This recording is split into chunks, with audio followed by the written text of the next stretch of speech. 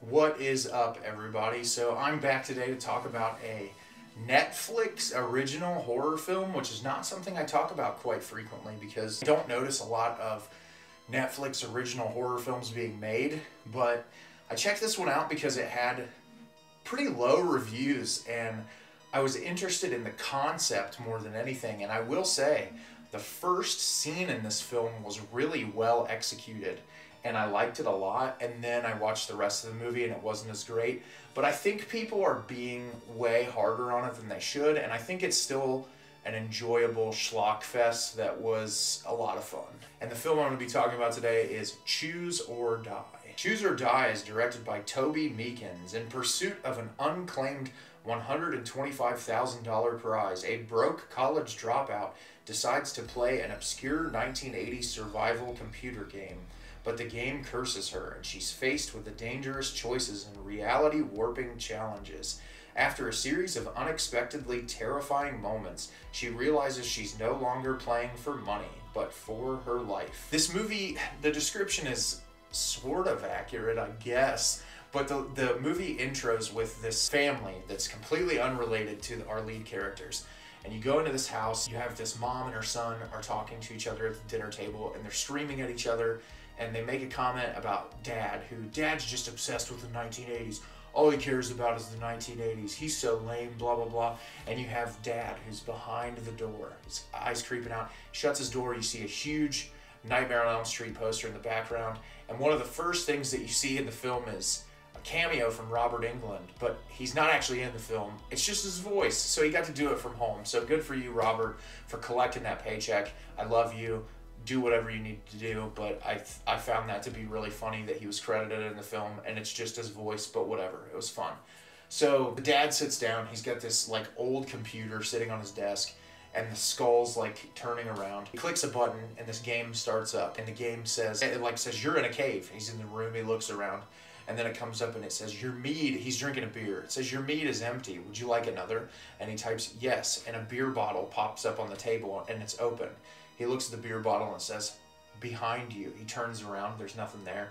Comes back and the beer bottle says, gotcha. And I was like, oh, this is gonna be some grade A schlock. So then it comes up and it says, lights on or off? And he says off, and all the power in his house cuts.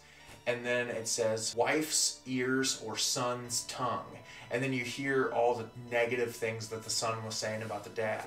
And it says choose or die. And it starts going nuts, the camera goes crazy, he's like grabbing his head, and then it just cuts to black, and then you see Dad open the door, and he goes out in the kitchen, and Mom is holding a knife with son's tongue in the hand, and she goes, I don't know what I just did. Cue 1980s-esque synth score and title card. And then that's when you get into the plot, which is this young girl who, she's clearly got a broken relationship with her mother, she's trying to do what she can to survive, and she knows this kid, Isaac, played by Asa Butterfield, who was the only actor in the film that I think I knew.